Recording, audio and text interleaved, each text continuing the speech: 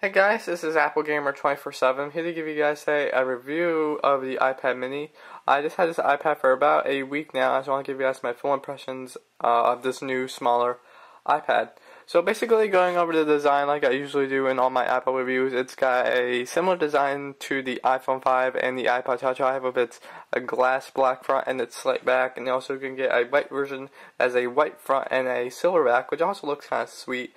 I do like the black one because it sort of blends in with everything else I have, and it kind of has that bluish hue to the slight back, which I like a lot. So that's the main reason I chose the black version over the white one. But the white one is nice. I sort of prefer the white one over the black one in a couple ways, because this black front checks a lot of fingerprints and the white one sort of hides it. So depending on how well you like your devices clean, or you don't mind wiping out fingerprints every once in a while, definitely choose your colors wisely. I do recommend going into the Apple store before you buy, just to check out what color suits you. Like I said, it has the similar design to the iPhone 5 and the iPod Touch 5 with its design cues of the slate and the glass, or the silver and white, so it looks kind of nice. So the display is a 7.9-inch display, which is a little bit bigger than pretty much any other 7-inch tablet. It's almost considered an 8-inch tablet, but I kind of like it because it gives you some added screen real estate for apps, which is also really cool. But the resolution on it is 1024 by 768, which is a non-retina display for those out there. You need I think you don't have the same PPI as a retina display, but this the resolution's fine for what it does. Mainly this tablet's mainly geared towards, for me, is using it for reading or just going on the internet reading articles. It's basically good, just like a reading tablet for me, which the resolution is perfectly fine for this. The hardware inside it is running a Apple A5 chip running at 1 GHz with a Lightning connector on the bottom, so it is adopting that new Lightning standard, so you can plug in the new Lightning cables to get charging and syncing to a computer, or you can sync it via Wi-Fi, via iTunes Wi-Fi sync. It has stereo speakers on it, which is a first for any Apple device in the iPad line, which is nice because you're getting a much better audio quality than you are getting with the full-size iPad, which has a mono speaker. It has a FaceTime HD camera on the front, as you guys can see, for FaceTime calls, and on the back it has a 5 megapixel iSight camera, so you can take pictures or use that for FaceTime as well, which is also pretty sweet. Software for this, it's running iOS 6. As always, you're getting some of the features of iOS 6, including Siri. So Siri is available on the iPad mini. The pros of this device, I have a lot of pros here. The pros I have I love this form factor. I love that I can grip it in one hand and take it with me and just read on it, or I can hold it this way and hold it in one hand. It's really just a one-handed tablet.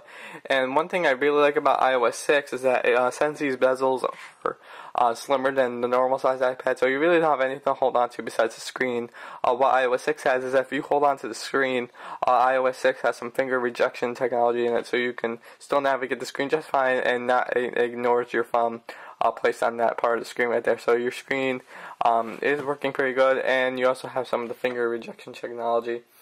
I love the stereo speakers on it. I was getting a much richer sound than I was on my iPad 3rd generation, so I really do like the stereo speakers for watching YouTube videos, or occasionally using Netflix or Hulu Plus or watching video.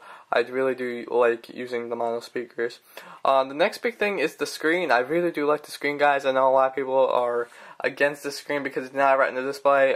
Personally, it all depends on how good your eyesight is and how the distance is the way you're holding your iPad. The only way I could really see pixels and wanting to go back to the 3rd generation iPad is if I was watching a video, or if I was holding the iPad like this close. As you can see, you probably can see some pixels if I get really close in here compared to the 3rd generation iPad, but to me it really isn't a big deal because I'm just basically using this for reading, and it's a perfect tablet for that.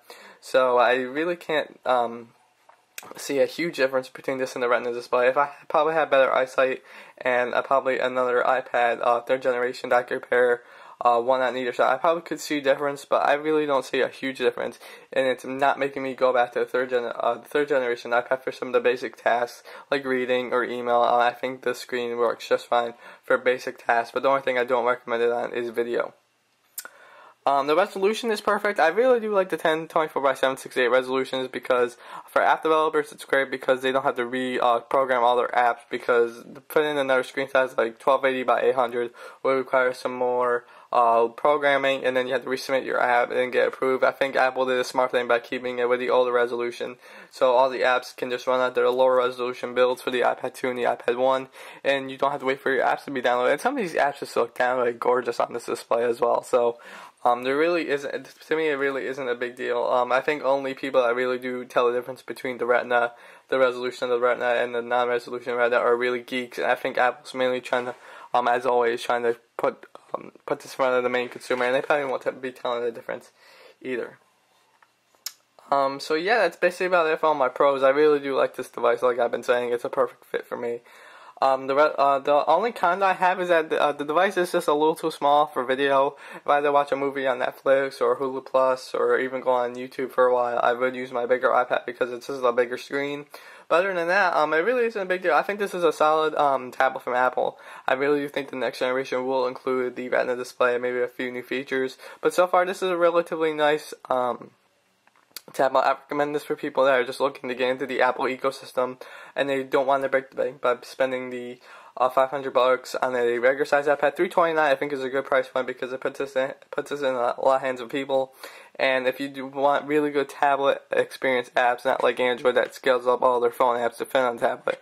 If you want pure tablet apps, I think $329 is a good starting point to play for the iPad mini. So anyway guys, I hope you guys liked this review. Leave any questions down below in the comment section. Please like and share this video with your friends, and I will see you guys in the next video.